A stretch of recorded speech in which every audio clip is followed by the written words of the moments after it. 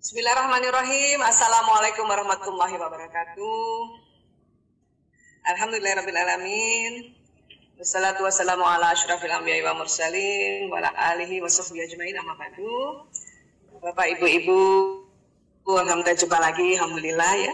Yang saya hormati Ibu Ati Sri Hartati, kemudian Pak Ustadz Ridwan, kemudian Bapak Edi Ikhwan, dan terima kasih juga buat Pak Farid, sahabat saya, teman sekolah saya yang telah menghubungi juga ya. Hari ini kami diamanahkan judul oleh panitia dengan judul Mencintai Secara Sadar, Utuh dan Penuh. Wah, asik ya judulnya ya, Masya Allah. Ya, baik. Namun karena kita berbicara tentang mencintai dengan sadar, utuh dan penuh, kita akan bicara tentang diri manusia. Maka saya mohon izin supaya lebih mudah menjelaskannya, kita menggunakan slide presentasi saja ya. Mencintai dengan sadar, utuh dan penuh. Wah, ini waktu pertama kali saya dapat judul ini ya, saya ada satu acara di YouTube yang analisa channel yang judulnya Mencintai Secara Sadar, Utuh dan Penuh. Ya mungkin panitia mengambil dari sini ya. Baik, tetapi kalau analisa channel ini memang bercerita tentang self love atau mencintai diri sendiri. Ya, saya juga akan membahas tentang mencintai diri sendiri yang versinya Bu Aisyah. Ya, kalau ini versinya analisa channel. Dan mereka membawakan dari analisa channel ini sampai 7 hari. Ya, baik. Nah, rupanya kita kalau mencintai diri sendiri itu kita akan tambah mencintai Allah SWT sebagai Sang Khalik yang menciptakan diri kita. Ya, ini inti dari sebetulnya apa yang dimaksud mencintai secara sadar, utuh dan penuh. Ya. Dan kemudian kalau kita mencintai diri sendiri berarti kita harus juga banyak belajar. Makanya saya katakan sebetulnya judul ini sangat umum ya. Jadi saya mau kasih tahu bahwa kita harus juga belajar tentang perbedaan otak pria wanita. Yang mungkin Bapak Ibu juga pernah dengar tentang ini, bahwa pria dan wanita memang Allah ciptakan berbeda desainnya, ya bentuk tubuhnya dan sebagainya, bahkan otaknya pun berbeda. Ya. Kemudian kita juga harus belajar tentang watak, karena masing-masing orang memang Allah berikan watak, ya berikan watak. Kemudian kita harus belajar juga tentang bakat, karena setiap orang Allah beri ahli, setiap orang itu bakatnya bisa sampai 8 jenis, Masya Allah. Ya, hanya memang 8-8-nya tidak dominan. Ya, 8 jenis itu ya separuh dominan, separuh resesif atau separuhnya ya perlu pelatihan yang lebih dalam. Ya. Kemudian kita juga harus belajar tentang intelektual kita. Itulah makanya kita isi setiap hari juga dengan belajar. Kemudian kita juga harus kenal emosi kita. Kemudian harus kenal juga spiritual kita. Ya, ini banyak sekali untuk kita mencintai diri sendiri, harus banyak belajar ya. Kemudian kita juga harus ya ingat memori-memori kita juga. Kemudian kita juga harus ya punya belief, ya keyakinan, dan ada satu lagi yang sekarang sedang banyak dibicarakan, inner child. Ya, inner child ini biasanya pengalaman-pengalaman waktu kita kecil yang mungkin ada yang sampai sekarang mengganggu pengalaman itu. Kenapa inner child ini lebih kepada pengalaman-pengalaman yang kurang nyaman yang dirasakan kita pada saat kita kecil. Ya. Nah, inilah yang kita bisa bongkar sebetulnya. Cuman hari ini nggak mungkin kita bongkar semuanya. Tapi saya mau bilang bahwa semakin kita belajar tentang diri sendiri, insya Allah kita semakin mencintai diri sendiri, maka kita juga insya Allah tambah cinta kepada Sang Maha Pencipta. Ya. Baik. Dan kalau ciri-ciri mencintai dengan sadar, nah kita mending belajar ciri-cirinya ya. Satu, mencintai dengan sadar membuat seseorang penuh kasih sayang. Jadi kalau ada orang sudah bisa mencintai dengan sadar dirinya karena bersyukur pada Allah, maka orangnya penuh kasih sayang. Sama orang itu penuh kasih sayang. Ya. Kemudian apalagi ciri-cirinya? Mencintai dengan sadar membuat seseorang menerima kekuatan dan kelemahan pembawaannya. Ya, disinilah masuk watak, disinilah masuk bakat. Kita menerima. Mencintai dengan sadar membuat seseorang memberi tanpa berharap balasan. Kalau kita masih suka lebih seringnya memberi dengan berharap balasan, berarti kita belum lagi mencintai dengan sadar diri kita. Jadi kalau Bapak Ibu sudah suka memberi tanpa berharap balasan pada orang itu, ya hanya karena semata-mata ini memang Allah yang minta kita berbaik pada orang, memberi pada orang, maka itu berarti kita sudah mulai mencintai dengan sadar. Kemudian mencintai dengan sadar membuat seseorang menjadi pribadi yang senantiasa berupaya untuk berakhlak mulia. Kalau ada orang masih terus ya saya emang gini orangnya, saya emang gini, ya nggak berupaya untuk membuat perilakunya tambah berakhlak mulia, berarti dia belum mencintai dengan sadar dirinya. Nah ini ciri-ciri ada 4 jadinya. Penuh kasih sayang, ya, menerima kekuatan dan kelemahannya, memberi tanpa berharap balas, biasa berikhtiar untuk berakhlak mulia. Ini ciri-ciri mencintai dengan sadar. Kemudian, ya, nah ini tadi. Ngapa kita, ya, ini di dalam surat Al-Isra ayat 84. Bismillahirrahmanirrahim. Kullu ya'malu ala jakilatihi. Rabbukum a'lamu biman huwa ahda sabila. Katakanlah wahai Muhammad, ini firman Allah ya, setiap orang berbuat sesuai pembawaannya masing-masing, maka Tuhanmu lebih mengetahui siapa yang lebih benar jalan. Inilah makanya tadi ya salah satu ciri orang yang mencintai dengan sadar dirinya, dia ngerti ya kekuatan dan kelemahan pembawaannya. Tapi belajar juga bagaimana ya kelemahan dan kekuatan pembawaannya orang-orang lain, pembawaannya pasangan kita, pembawaannya anak-anak kita, pembawaannya sahabat-sahabat kita, tetangga kita. Ya, karena memang sesuai pembawaan masing-masing. Kita dilarang untuk memblaming orang. Ya, orang ini jelek ya, orang ini nggak boleh. Kenapa? Karena ini di sini. Maka Tuhanmu lebih mengetahui siapa yang lebih benar jalan. Ya. Kemudian juga di surat Asy-Syams ayat 8 dan 9 ya. Fa'alhamaha ujuraha wa taqwaha. Maka Allah mengilhamkan kepada jiwa itu jalan kefasikan dan ketakwaannya. Qad aflaha man zakkaha. Sesungguhnya beruntunglah orang yang disucikan. Ya. Nah, jiwa saat ini para ilmuwan, para ulama ya bersepakat bahwa jiwa itu ada di otak manusia.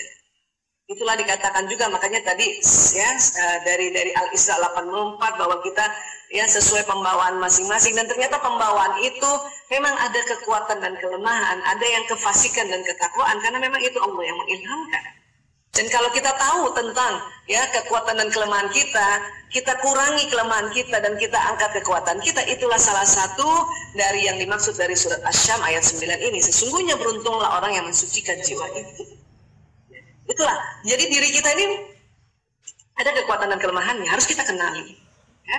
Mungkin bersamaan dengan umur, makin lama kita, oh iya ini kelemahan saya ini, oh ini kekuatan saya. Ya. Maka beruntunglah orang yang mensucikan jiwa itu.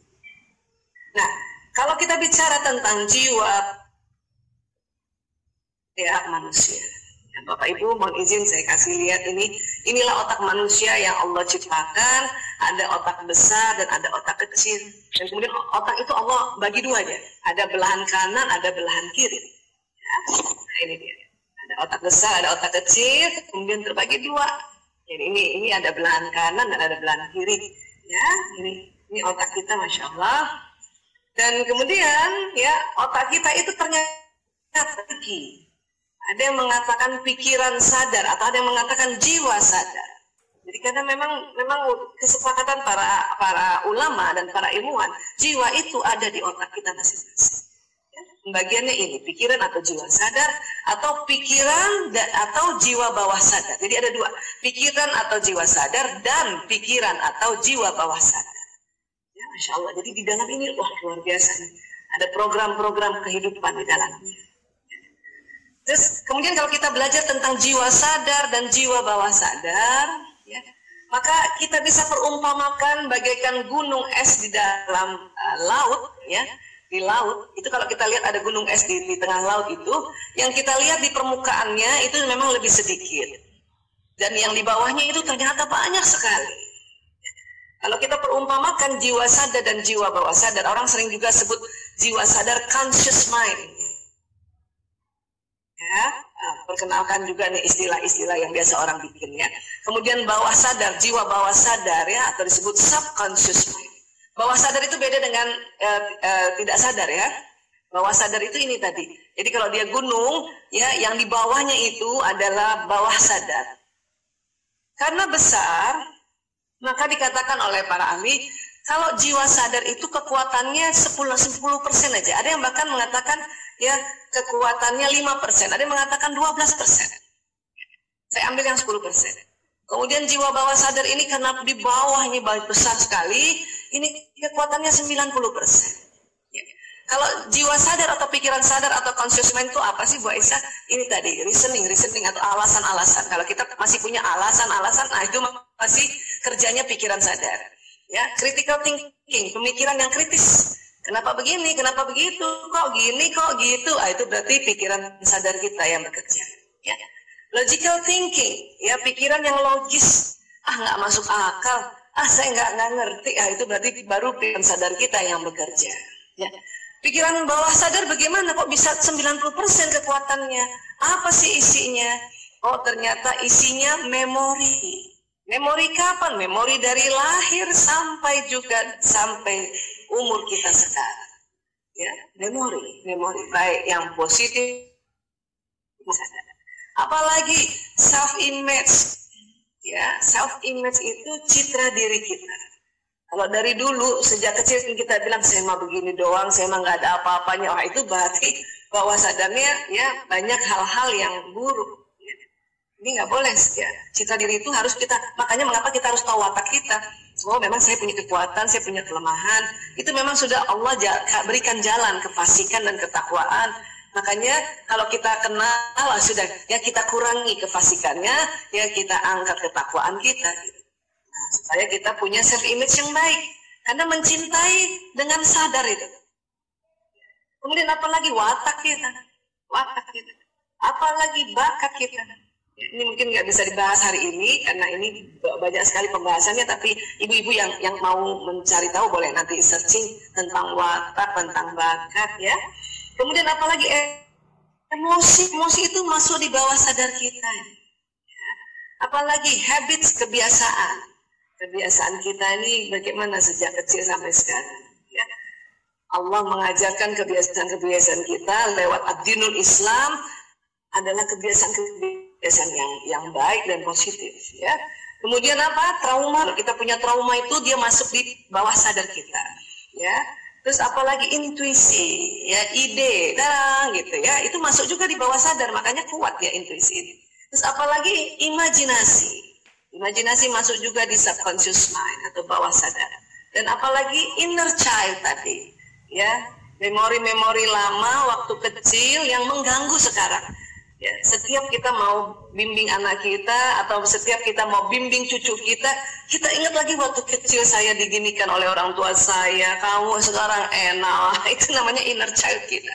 Ya, nah ini masuk di bawah sadar. Nah inilah yang tadi dikatakan kalau kita mencintai secara sadar kita, maksudnya secara paham banget tentang watak, bakat, memori dan sebagainya, utuh dan penuh, berarti ini semuanya, baik yang conscious mind maupun subconscious mind. Ini saya perumpamakan saja sebagai gunung es supaya lebih mudah kita paham. Oh, kayak gini.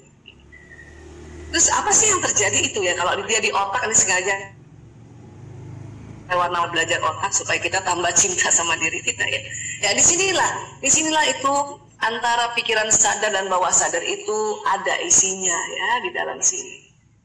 Pengalaman-pengalaman memori itu ada di sini. Watak dan bakat ada di sini kira-kira. Spiritual ada di sini. Ya, pergerakan ada di sini. Ini otak kecil, ini keseimbangan. Nanti jalan di otak kita itu sumsum tulang belakang lewat tulang. Ini saraf-saraf ini Bu. Ya. Kemudian ada ya.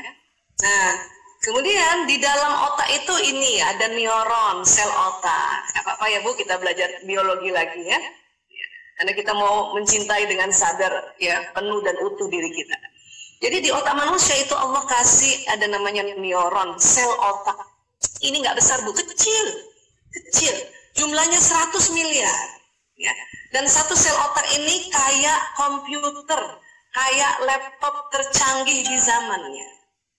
Jadi kalau misalnya kita ya di otak kita ini ada 100 miliar laptop.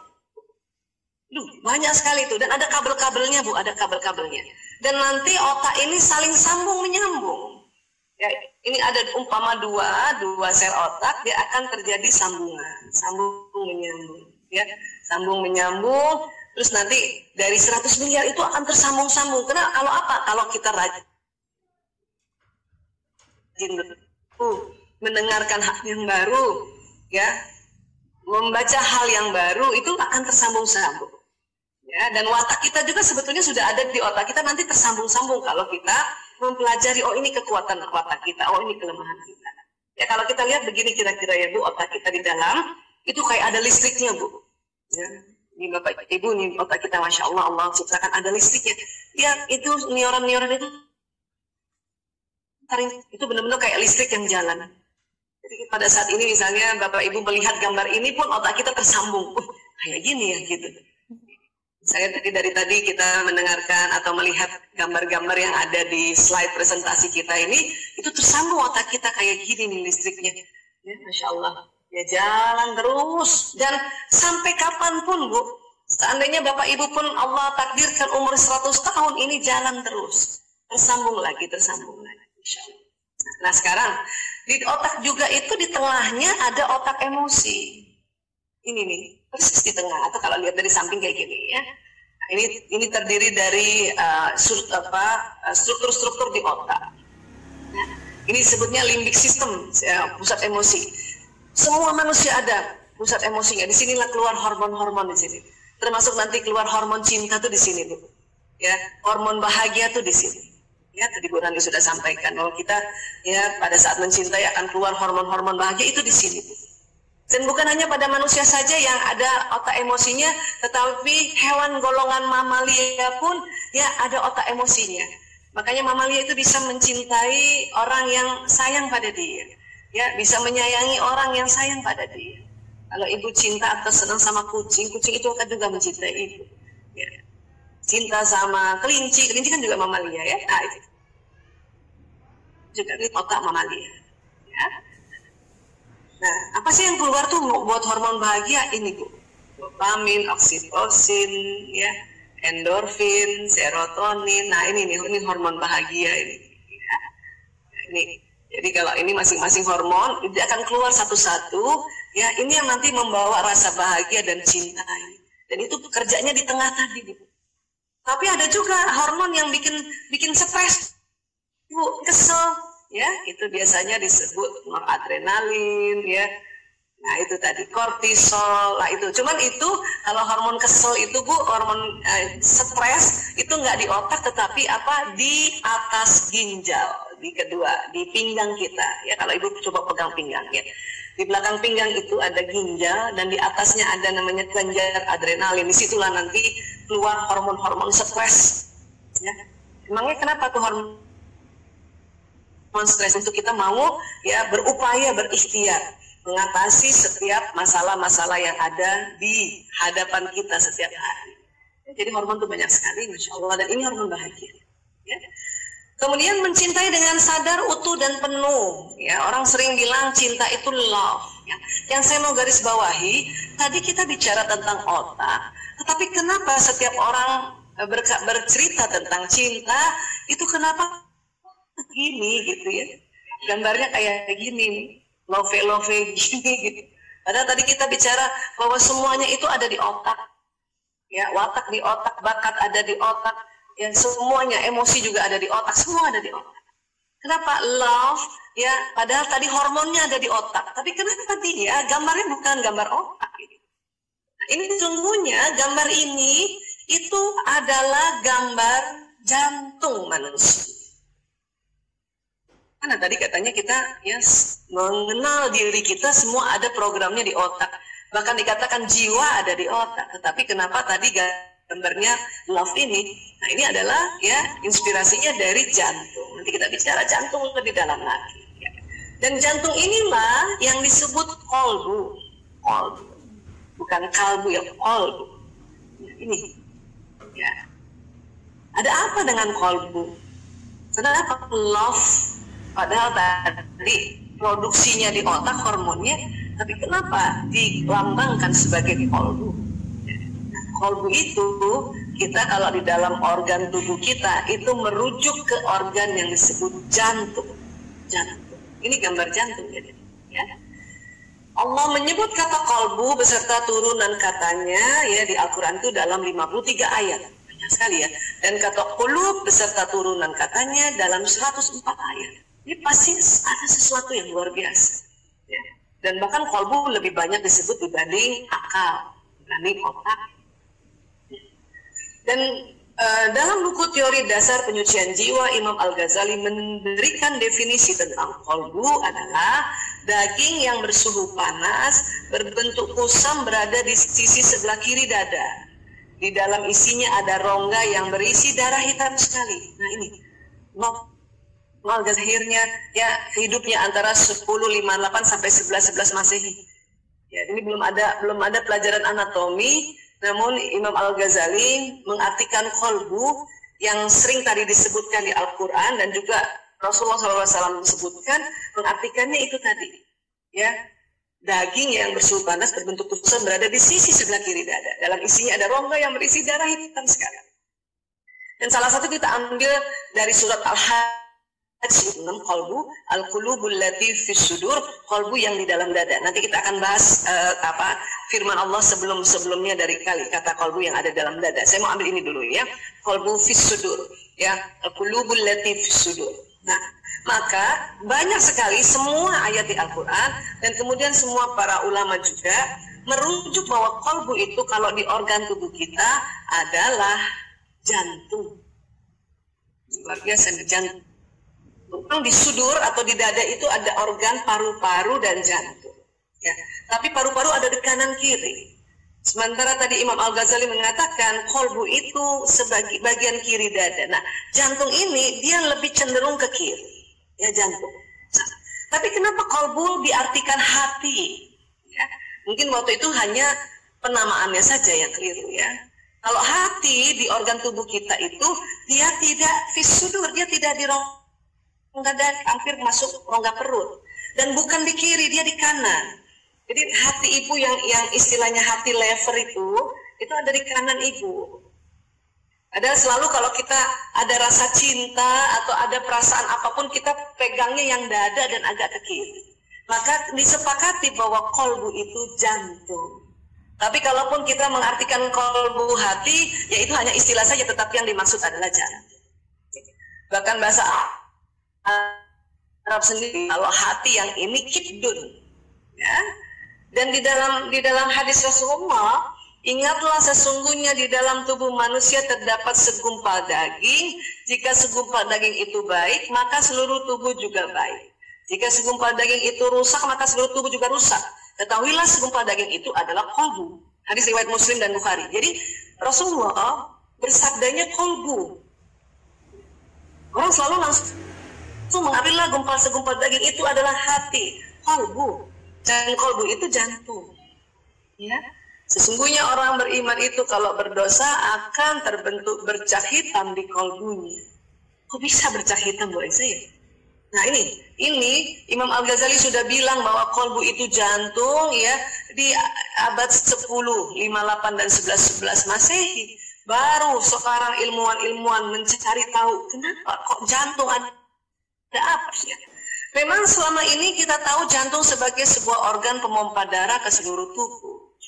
Nah, hormon-hormon tadi, ya, dopamin, serotonin, oksitosin, endorfin, tadi hormon bahagia, itu memang masuk dari otak itu, keluar dia masuk pembuluh darah. Dan pembuluh darah terbesar itu kan akan semua masuk ke jantung. Itulah rasa hormon tadi, hormon-hormon karena masuk lewat pembuluh darah, maka produksinya memang di otak, di limbik sistem tadi, di otak yang tengah tadi ya Bu, yang saya bilang otak mamalia.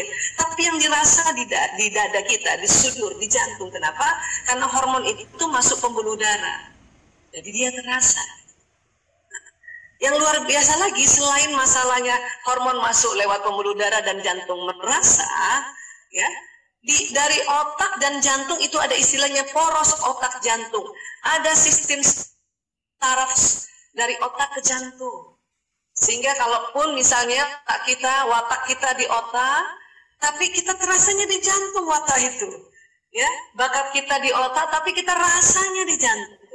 Emosi kita di otak di sini ada apatis, sedih, marah, sombong, ya, bahagia, syukur, tapi rasanya di jantung. Kenapa? Karena dia ada poros otak dan jantung, ada sistem sarafnya. Ya. Kemudian apalagi yang uniknya tahun 91 nih ada penelitian Dr. J. Andrew Armour dari Montreal, Kanada, dan tahun 2000 lagi diperkuat. Apa yang luar biasa selain jantung ini alat pemompa darah, di dalam jantung ada sel otaknya. Nah ini nih Bu, ada sel otaknya, jumlahnya 40.000. 40.000. Ya.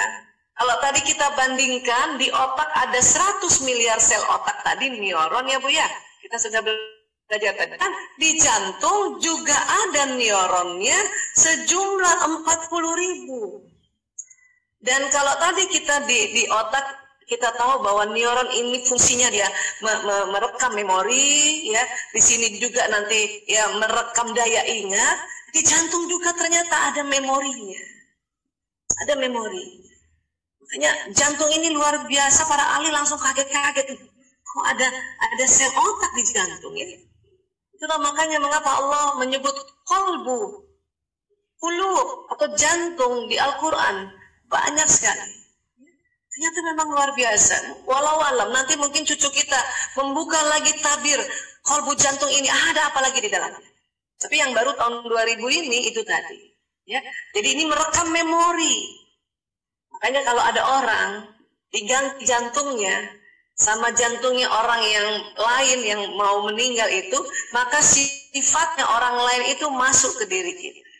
Karena ada neuron ini menyimpan memori. Ya, ini luar biasa nih jantung, Masya Allah. Kemudian, jadi kata ilmuwan, jantung memiliki otak fungsionalnya sendiri. Jadi jantung ada otaknya sendiri. Apalagi, kemudian terdapat hormon kalmodulin. Sehingga jantung mempunyai kemampuan menyimpan proses belajar dan memori. Jadi jantung ada proses belajar dan memorinya. Ya, bayangkan jantung kita belajar ya Bapak Ibu. Kemudian jantung adalah salah satu organ sensorik dan pusat canggih dalam menerima dan mengolah informasi. Keren ya, Masya Allah. Jadi kalau ada informasi, jantung juga mengolah Bu. Ya, jantung juga nerima informasi. Dan kemudian jantung secara terus-menerus selain mendapatkan sinyal dari sistem saraf, maka jantung juga mengirimkan sinyal ke otak manusia. Jadi antara otak dengan jantung ini saling mengirimkan kabar. Ya. Dan bahkan sistem saraf pada jantung atau otak jantung ini memungkinkan jantung untuk belajar, mengingat, dan mempengaruhi bagian korteks pada otak untuk membuat keputusan fungsional independen. Artinya jantung kita ini bisa memberikan masukan pada otak kita untuk otak kita mengambil keputusan. Karena yang mengambil keputusan itu adalah otak. Ya, cuman masalahnya kita isi jantung kita ini apa? Ya, apakah kita membuat memori jantung yang baik-baik ini? Ya, karena jantung belajar, mengingat, mempengaruhi.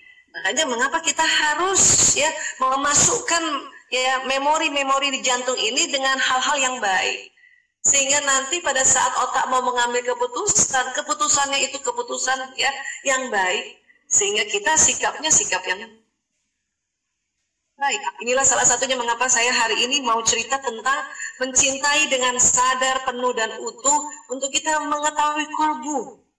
Bisa jadi selama ini kita sudah tahu qalbu itu adalah sesuatu, tetapi ilmuwan makin membuka mata kita bahwa inilah ya qalbu yang Allah ciptakan dan Allah sudah ya sampaikan firman-Nya di dalam Al-Quran. Ini luar biasa. Ya?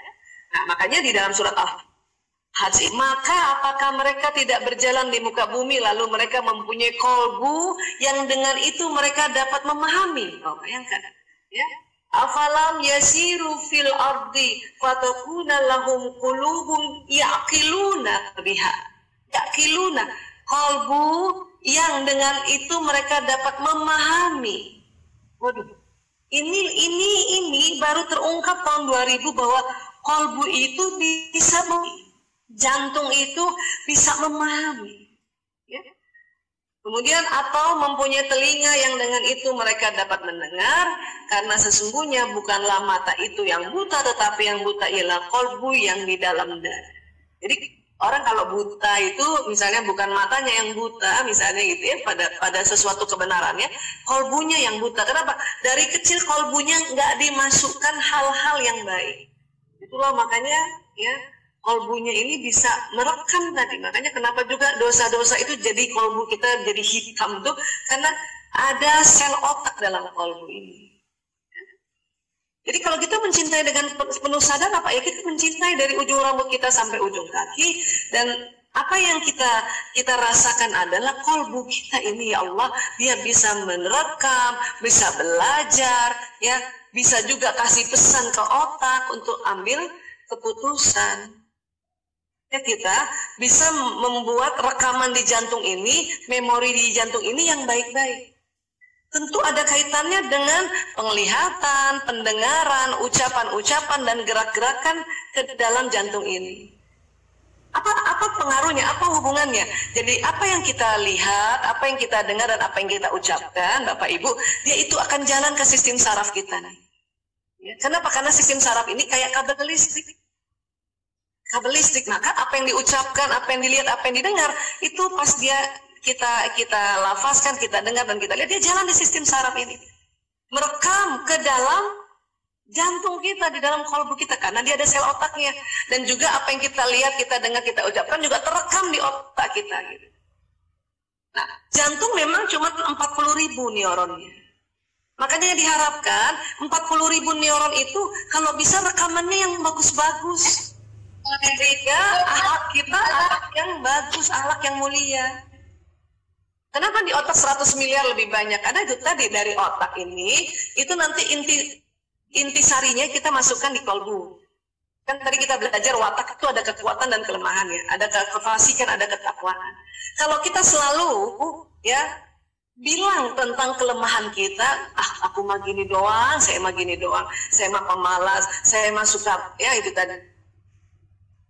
Ya, itu ibu ucapkan terus, bapak ucapkan terus, itu bahaya, dia akan turun di jantung, jantung merekam keburukan kita. Itulah makanya kita disuruh bicara yang baik-baik tentang diri kita. Kenapa? Karena nanti apa yang kita ucapkan baik-baik, ya, program di otak yang baik-baik tadi, dia jalan ke sistem saraf ini, kemudian terekam di jantung. Kita maunya 40.000 otak yang di jantung tadi, sel otak yang jantung, itu harusnya yang merekam yang baik-baik. Itu juga makanya dari kecil anak-anak alhamdulillah sekarang sekolah Islam banyak, ya. Kita ajarkan anak kita mulai ya berkenalan dengan Al-Qur'an sejak dini, supaya apa? Apa yang diucapkan, apa yang dilihat dari matanya, apa yang dia dengar karena dia lapaskan atau temannya ngaji dan sebagainya, itu akan jalan ke sistem saraf dan terekam di jantung, terekam di kolbu, terekam juga di otak, ya Allah. Ini sekarang kalau lihat anak-anak ya masih kecil sudah Quran, senangnya. Kenapa? Ya, kita berharap generasi berikutnya lebih baik dari kita. Ya inilah caranya. Nah itu tadi, sistem saraf kayak kabel listrik ya Bu. Ya jalan tuh. Cepet banget lagi, 240 km per jam dari mata, dari telinga, dari mulut. Nanti dari otak ke badan lebih cepat lagi, 320 km per jam. Ya, makanya apa yang kita lafazkan, ucapkan, lihat, dan dengar, apa yang kita gerak itu bisa terekam. Itulah makanya tadi saya katakan kalau ada orang transplantasi jantung, ya itu harus milih orangnya, harus orang yang soleh. Ya kalau enggak kita pilih itu misalnya preman, maka perilaku preman itu yang terekam di jantungnya, karena 40.000 itu dari dia muda barangkali ya terisinya yang buruk-buruk itu pindah ke kita. Nauzubillah min dzalik. Tapi memang transplantasi jantung nggak mudah, nggak bisa juga kita pilih-pilih dengan mudah ya. Nah, kalau gitu ya, kalau gitu karena jantung kita masih baik ya, masih berjalan dengan baik. Nah, ini harus kita cintai supaya kita memanfaatkannya dengan baik. Nah, ini dia, insya Allah jantung. Ya.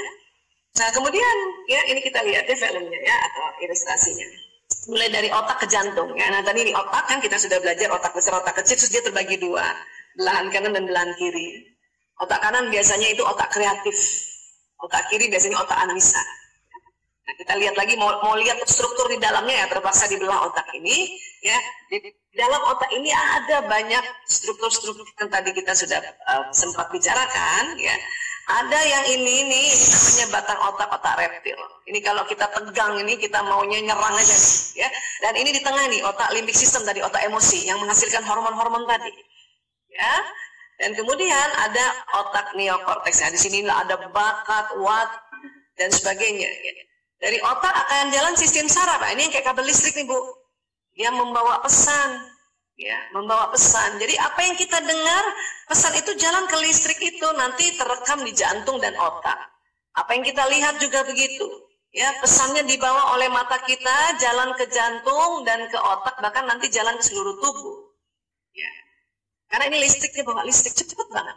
Dan apa yang kita ucapkan itu akan jalan ke seluruh tubuh. Terekam di jantung, terekam juga di otak. Ya. Nah, itu tadi.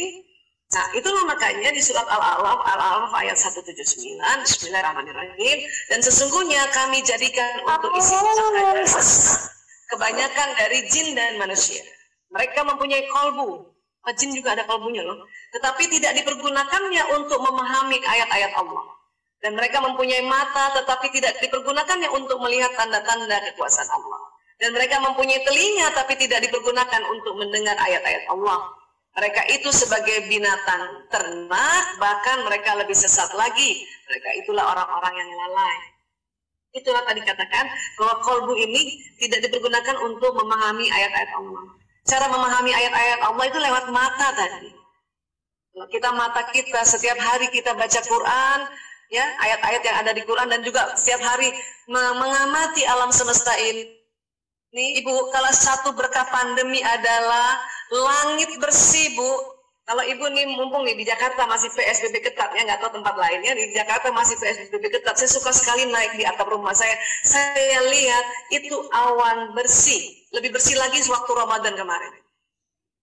Kenapa? Karena pabrik-pabrik berhenti bekerja, mobil nggak banyak di jalan, jadi asap-asap itu kurang. Makanya di situ kita harus, ya Allah, ya inilah Allah merestart ulang bumi ini dengan dikasihnya pandemi ini. Itu kita harus lihat, ya. Kemudian juga telinga kita juga digunakan untuk mendengar ayat-ayat Allah supaya kolbu ini paham tentang ayat-ayat Allah. Apa itu tadi sebagai binatang ternak, karena di otak kita ada otak mamalia, Bu. Makanya kita itu kalau kita nggak gunakan kolbu, mata, telinga kita, itu dia binatang ternak. Bahkan mereka lebih sesat lagi. Inilah orang-orang yang lalai. Ini sudah sesat. Surat 9. Ya. Untuk itu makanya kita harus menyebut nama Allah dan mengingat Allah. Kenapa? Kalau kita setiap hari menyebut nama Allah, ya Allah, ya Allah, ya Allah. Ini jalan. Coba Bapak Ibu ngomong, ya Allah, la ilaha illallah. Itu, ucapan itu jangan di sistem saraf kita. Dan nanti ini jantung merekam ulang lagi, rekam lagi terus. Makanya jantung ini penuh dengan sebutan-sebutan nama Allah. Ya. Dan pada saat kita mengingat-ingat Allah di pikiran kita, itu juga jalan di jantung, Bu. Ya. Itulah makanya dalam surat Al-Anfal ayat 2, Bismillahirrahmanirrahim, sesungguhnya orang-orang yang beriman itu adalah mereka yang apabila disebut nama Allah, gemetarlah kolbu mereka. Dan apabila dibacakan kepada mereka ayat-ayatnya, bertambahlah iman mereka karenanya, ya, dan kepada Tuhanlah mereka bertawakal. Nah, ini dia, Bu, makanya kita seru, ya, melafazkan atau terus ingat-ingat nama Allah, melafazkan juga nama-nama Allah, karena itu tadi dia akan masuk ke kolbu kita. Ya. Di Ar-Ra'd ayat 28, ya, Bismillahirrahmanirrahim, ya, itu orang-orang yang beriman dan kolbu mereka menjadi tentram dengan mengingat Allah. Kemudian diulang lagi, ingatlah hanya dengan mengingat Allah lah kolbu menjadi tentram. Jadi Ibu kalau kolbunya mau tentram, ingat Allah. Dan kita melafazkan, apakah lafaz itu Allah, apakah kalimat yang ada kata Allah.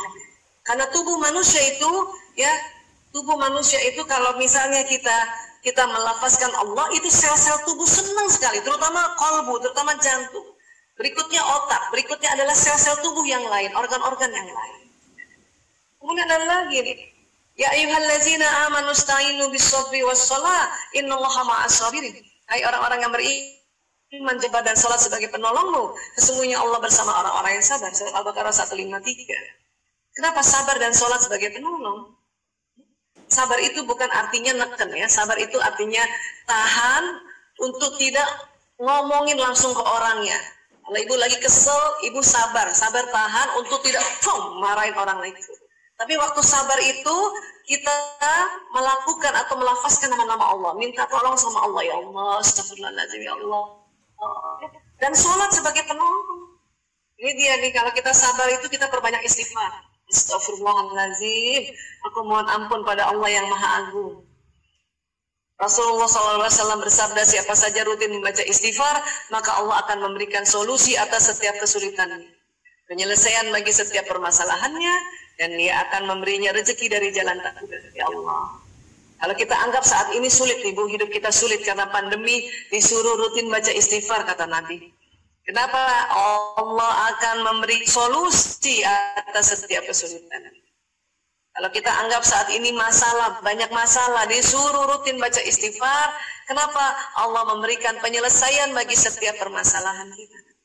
Dan kalau kita anggap nih rezeki kita nih berkurang, entah rezeki kesehatan, rezeki uang kah, kita disuruh baca istighfar. Kenapa? Karena Allah akan memberinya rezeki dari jalan tak terduga. Kalau buka dompet duitnya cuma selembar, tinggal selembar, istighfar aja dulu, Bu. Astagfirullahaladzim, astagfirullahaladzim. Gak usah mikir pinjem uang siapa, minta sama siapa, Bu. Suka kecewa kita, Bu. Kita disuruh oleh Nabi, baginda Rasul, disuruh rutin baca istighfar, astagfirullahaladzim. Kenapa? Karena itu tadi jalan ibadah, Ibu, jalan ibadah. Jadi kalbu kita yang tadinya misalnya ada rasa sedih, karena kemudian ya emosi di otak itu sedih, kerasa di jantung kita istighfar lagi, itu akan ya diberikan solusi. Bersih nanti kita, Bu. Ya. Sholat itu mulai dari takbiratul ihram sampai salam, itu akan jalan di badan kita, Bu. Ucapan ijab doa dalam sholat akan memberikan pesan pada seluruh tubuh. Nah, kalau kita tegak sholat kita, Bu, dari dulu sampai sekarang, kemudian sholatnya tumakninah, ya, ditambah lagi khusyuk, maka ya kolbu ini merekam ulang tadi. Bahkan sholat ini kan artinya doa, ya, kita ulang. Supaya apa ini tadi loh, rekaman yang di jantung diulang lagi. Kenapa? Kadang misalnya kita sudah sholat subuh, ya, pada saat subuh sampai zuhur, itu kita lihat mata kita kezoliman, telinga kita mendengar kezoliman, ya, mulut kita mengucapkan tanpa sadar kezoliman juga, itu juga jalan di kolbu kita. Itu kerekam juga, makanya kita harus bersihkan lagi pada saat kita sholat zuhur. Bu Aisyah, bagaimana dengan duha? Oh, itu lebih keren lagi, Bu. Di tengah antara subuh dengan zuhur, Ibu tegakkan sholat duha. Kemudian sholat duha ini memang sesi khusus, ya, sholat khusus untuk menarik rezeki. Itu makanya, ya, jantung Ibu dibersihkan lagi, otak Ibu dibersihkan lagi, ya. Itu dia, kita di dalam sholat itu ucapan-ucapan itu adalah untuk membersihkan kolbu kita, membersihkan otak kita, dan juga membersihkan sel-sel tubuh kita. Kenapa? Karena ucapan ini jalan di sistem saraf. Sistem saraf ini banyak banget, Ibu, kabel listriknya banyak banget. Bu Aisyah, kenapa sih kadang-kadang keju-keju tangan saya? Sistem sarafnya gimana? Oh, itu berarti harus ditambahkan vitamin B, Bu. Makan kacang hijau sedikit. Kenapa saya bilang sedikit? Karena kalau udah usia kita 50 tahun ke atas, kebanyakan jadi asam urat. Ya, makan kacang hijau sedikit. Kacang-kacangan juga boleh sedikit. Untuk apa? Vitamin saraf. Ya, kacang merah boleh, Bu Aisyah, boleh. Ya, tapi sedikit aja, pokoknya sedikit aja ya, Bu. Kemudian orang selalu bilang sabar ada batasnya. Itu keliru. Yang betul adalah sabar pahalanya tanpa batas. Innama yuwaffas sabiruna ajrahum bighairi hisab. Sesungguhnya hanya orang-orang yang bersabarlah yang dicukupkan pahala mereka tanpa batas. Jadi kalau ada orang bilang, lo jangan sabar-sabar banget, sabar tuh ada batasannya, berarti orang itu belum baca surat Az-Zumar ayat 10. Di sini dikatakan sabar pahalanya tanpa batas. Jadi kalau ibu kesel, ibu cengkel sama seseorang, entah siapapun, supaya karena ibu sudah tahu diri ibu, sudah tahu cara kerja kolbu dan otak, ya, supaya kita dengan sadar, penuh dan utuh, makanya kita sabar. Kan nggak ada, tapi astagfirullah ya Allah, astagfirullahaladzim. Atau kita membaca ta'awuz, auzubillahi minasyaitonirrajim, supaya setan nggak nambah itu. Kalau kita lagi marah, setan suka datang nambah-nambahin. Auzubillahi minasyaitonirrajim. Ya, bisikan setan itu 4 penjuru, Bu, depan, belakang, kanan, kiri. Makanya ta'awuznya 4 kali gitu. Nah, itu sabar, ya. Doa. Doa. Dan setiap kita ucapkan doa itu akan jalan. Mata kita lihat tulisan doa kah, atau mata kita lihat tulisan Quran kah, itu juga jalan ke sana. Telinga kita juga mendengarkan ya doa-doa atau mendengarkan kalimat-kalimat Allah, ya ayat-ayat suci Al-Quran, itu jalan di badan kita. Itulah makanya mengapa kita harus buka Quran setiap hari. Kalau perlu di dinding-dinding kita juga kita lafaz Allah di mana-mana, ya. Suratul Quran juga ada di mana-mana, surat-surat dalam Al-Quran ada di dinding kita, itu buat supaya mata kita itu waktu melihat dia jalan di badan kita. Dan kalau sudah semuanya kita lakukan supaya jantung kita ini nggak kebolak-balik lagi, karena banyak orang sudah rajin juga sholat, rajin semua ibadah, kok dia bisa ya berpindah agama, waduh, itu bahaya banget. Inilah makanya doa yang seperti ini yang harus senantiasa kita lafazkan. Rabbana la tuzigh qulubana ba'da idh hadaitana wa min ladunka rahmah innaka antal wahhab. Ya Tuhan kami, jangan Engkau jadikan kolbu kami condong pada kesesatan sesudah Engkau memberi petunjuk kepada kami. Dan karuniakanlah pada kami rahmat dari sisimu, karena sesungguhnya Engkau maha pemberi. Surat Ali Imran ayat 8. Ini kita selalu setiap hari doa ini, Bu. Alhamdulillah dia jalan lagi, Bu. Dia bersihin kolbu kita, dia bersihin otak kita, dia bersihkan sel-sel tubuh kita. Kenapa? Dia jalan lewat sistem saraf. Ya. Dan kemudian yang luar biasanya lagi, jantung menghasilkan medan elektromagnetik berirama yang paling kuat dan paling luas dibanding medan elektromagnetik yang dihasilkan otak. Jadi di jantung ini ada listriknya, Bu. Dan listriknya itu dia ada vibrasinya, dia jalan gelombangnya. Ya. Bahkan kemudian dikatakan komponen medan listrik jantung memiliki amplitudo 60 kali lebih besar dan tembus setiap sel dalam tubuh. Jadi apa yang pesan yang kita masukkan ke jantung, jantung akan memberikan gelombang masuk dalam sel-sel tubuh. Makanya kalau jantung kita isi hal-hal yang baik, ya, itu akan juga jalan ke sel-sel tubuh. Ini maksudnya seperti ini.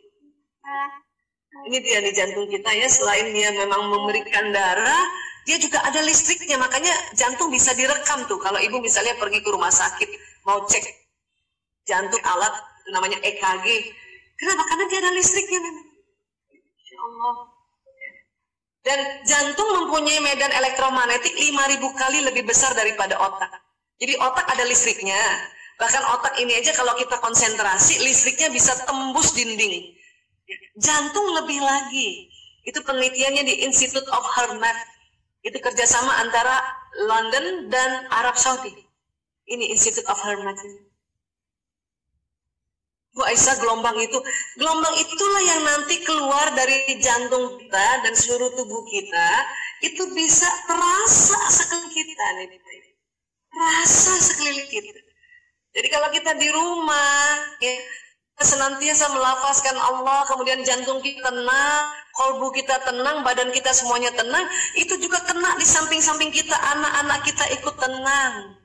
Apalagi lagi pandemi ini, kalau seorang punya panik, maka kanan kiri ikut panik. Tapi panik itu wajar, lazim. Maka kita langsung, astagfirullahaladzim ya Allah, innalillahi wa inna ilaihi raji'un. Bersihkan lagi kolbu kita. Karena kalau dengan kolbu bersih, dia akan memberi pesan lagi ke badan-badan tubuh kita ini. Makanya kemudian dia memancar sekeliling. Dan menurut penelitian di sana nih, dihambat oleh ini dari Dr. Rolin Kreati, orangnya masih ada. Vibrasi gelombang jantung dapat mengirimkan pesan kepada aktivitas otak dan jantung orang lain. Itulah, Bu, ya, mengapa kita harus bersihkan selalu jantung kita, otak kita, badan kita dengan mengingat Allah, menyebutkan lafaz-lafaz Allah, karena dia bisa ngirim ke orang lain, bisa mengirim ke pasangan hidup, bisa mengirim ke anak-anak, bisa mengirim sekeliling kita, ya Allah. Dr. Paul Purcell ini, dia juga masih ada orangnya, jantung dapat merah dan mengingat, dan ia mengirimkan getaran untuk berkomunikasi dengan jantung-jantung lain. Masya Allah. Ia juga membantu pengaturan imunitas tubuh. Ia juga mengirimkan informasi pada setiap detakan ke seluruh tubuh. Ini maksudnya jantung, kolbu. Ini ada bukunya nih, Heart Code tahun 99 ini. Ya, luar biasa. Jadi dia antara kita orang nih, jantung kita bisa ngomong, kolbu kita bisa ngomong, Bu. Kirim pesan, kirim pesan. Ya, Insya Allah, ya Allah. Manusia dapat berkomunikasi dengan yang lain dengan menggunakan jantungnya tanpa mulut bicara. Ya, makanya kalau kolbu kita, ya kita selalu bersihkan. Mungkin kadang-kadang kita jengkel, kesel karena ada salah faham, salah berpikir. Tapi kita langsung istighfar, astagfirullahaladzim ya Allah, astagfirullahaladzim ya Allah, astagfirullahaladzim ya Allah, ya Allah, sebut-sebut Allah. Maka jantung kita itu ke orang lain tuh, orang lain juga akan merasa, oh dia baik. Ya, dia orang yang penuh kasih sayang, itu kerasa, Bu. Kerasa. Jadi pikiran kita dan emosi kita ini, ya, ini akan mempengaruhi sekeliling kita tanpa kita sadar atau kita sadar. Selama ini jantung, kolbu dan otak kita mempengaruhi sekeliling. Mungkin waktu itu kita nggak sadar, ya, atau mungkin juga Bapak Ibu sudah ada pernah belajar seperti ini, sudah mulai sadar. Hari ini mudah-mudahan kita lagi kesadaran kita supaya itu tadi, ya, mencintai secara sadar, penuh dan utuh. Ini versi kita, ya, bukan versi analisa channel tadi. Ini, ya, itu bisa kita mewarnai sekeliling kita, ya Allah. Dan ini, ya, kita lihat, ya, Bu.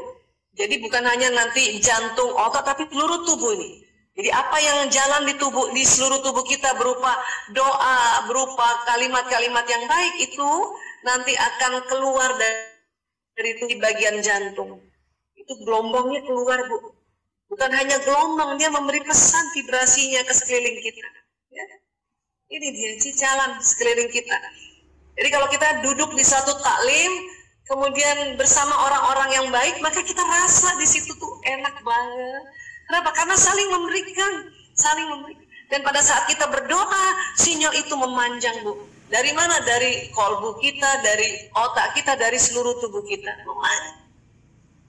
Jangan.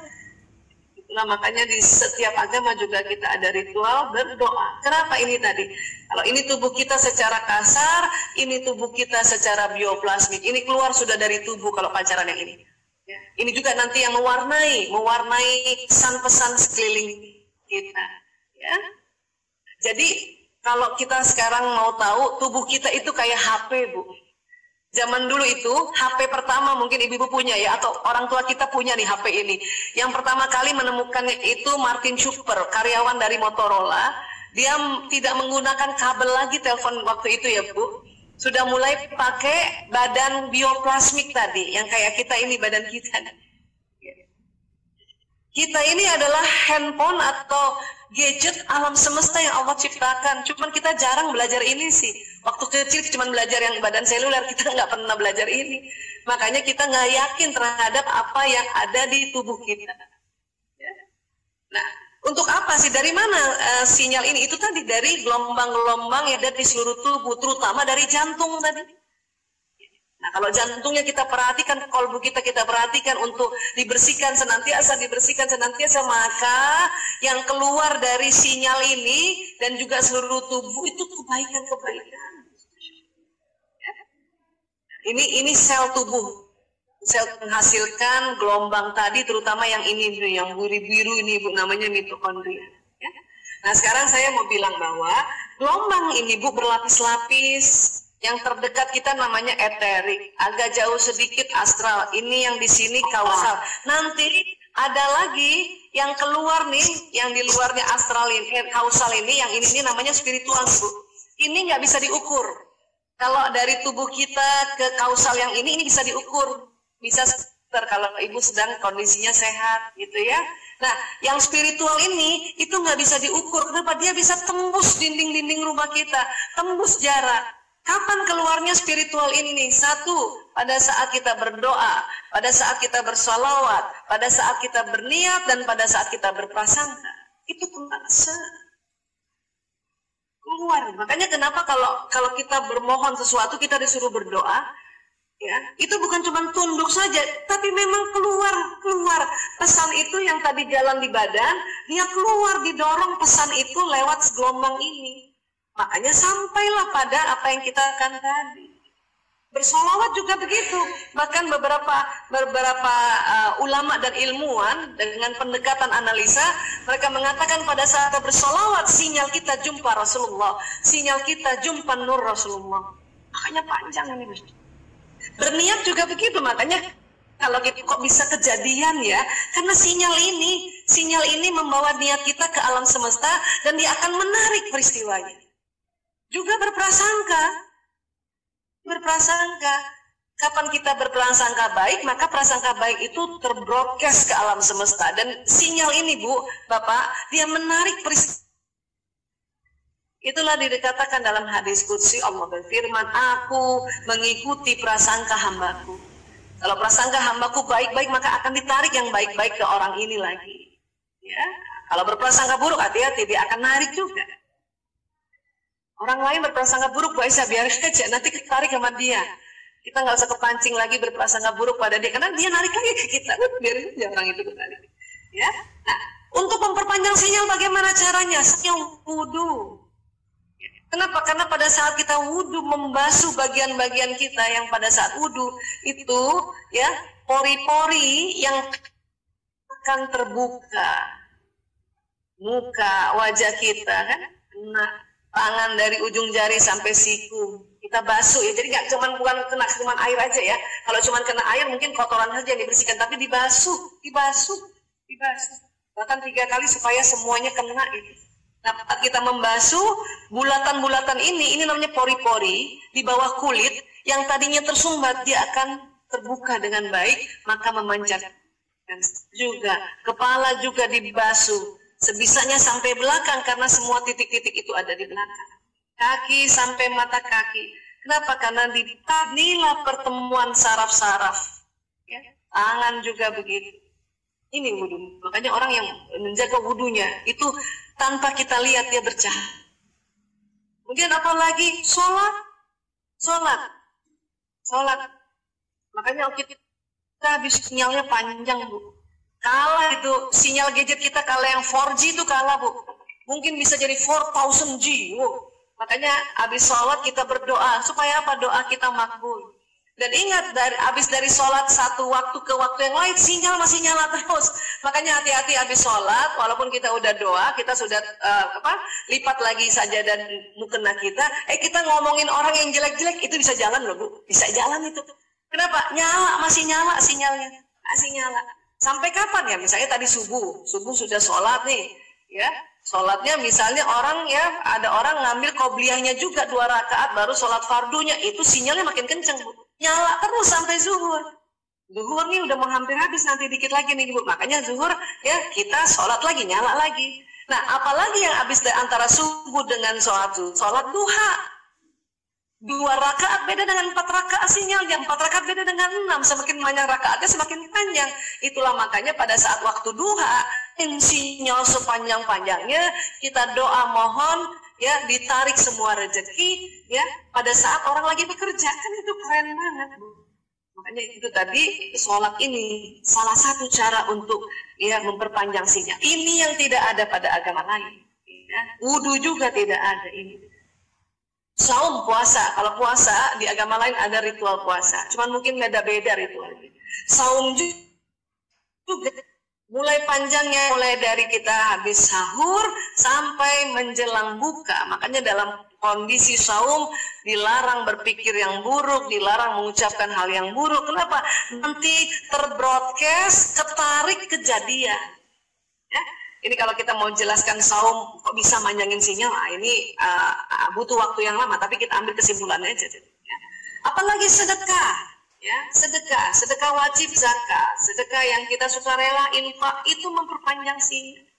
Makanya orang kalau habis sedekah diminta langsung berdoa, supaya apa? Karena habis sedekah sinyal panjang, Bu. Doa kita langsung nyala, terbroadcast, gampang menarik apa yang kita inginkan. Itulah makanya afdal doanya. Ini Kemudian apa lagi? Ibu hamil itu doanya makbul. Kenapa? Sinyal dari dirinya dan dari janinnya. Makin besar sinyalnya. Makanya ibu hamil nggak boleh ngomong sembarangan. Ya, kapan ngomong sembarangan, berprasangka sembarangan kejadian. Kenapa? Sinyal ini narik.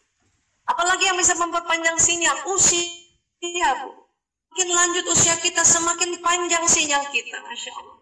Memang badan seluler kita menurun karena sudah dipakai bertahun-tahun, tapi sinyal kita makin panjang.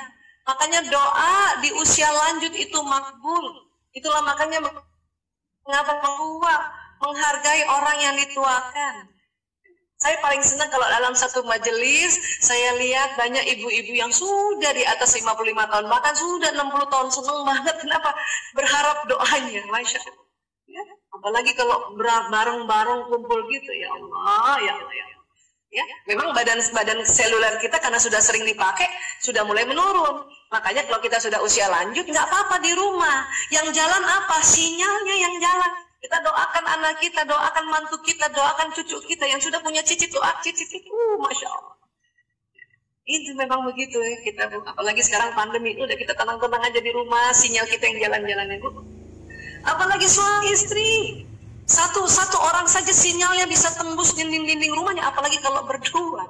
Ya, makanya yang masih punya suami dan istri itu kalau lagi berdua sama-sama, ya itu banyak doa itu. Peluk sama suami, udah Bu kita doa aja, ya. Yang suami istri yang masih hubungan intimnya masih aktif, habis hubungan intim, sok atau doa, kenapa? Itu sinyal lagi berpadu. Ya, doakan saja. Oh, saya terus Bu Aisyah istrinya yang doa, nggak apa-apa Bu. Karena perempuan yang lebih banyak kata-katanya 20.000 kata, kan pernah dengar itu ya. Laki-laki cuma 7.000 kata satu hari, perempuan 20.000. Jadi kita aja yang doa. Nah, inilah mengapa kita harus mencintai secara sadar, utuh dan penuh. Insya Allah supaya apa? Supaya kita bermanfaat, supaya sinyal kita tervibrasi itu yang enak, ya, dan menarik rezeki, ya, dan menarik hal-hal yang kita inginkan. Ya, jadi sekali lagi bismillah, mudah-mudahan kita terus mencintai secara sadar, utuh dan penuh dengan senantiasa belajar terus. Ya, terima kasih Bapak Ibu, mohon maaf lahir batin. Wabillahi warahmatullahi wabarakatuh.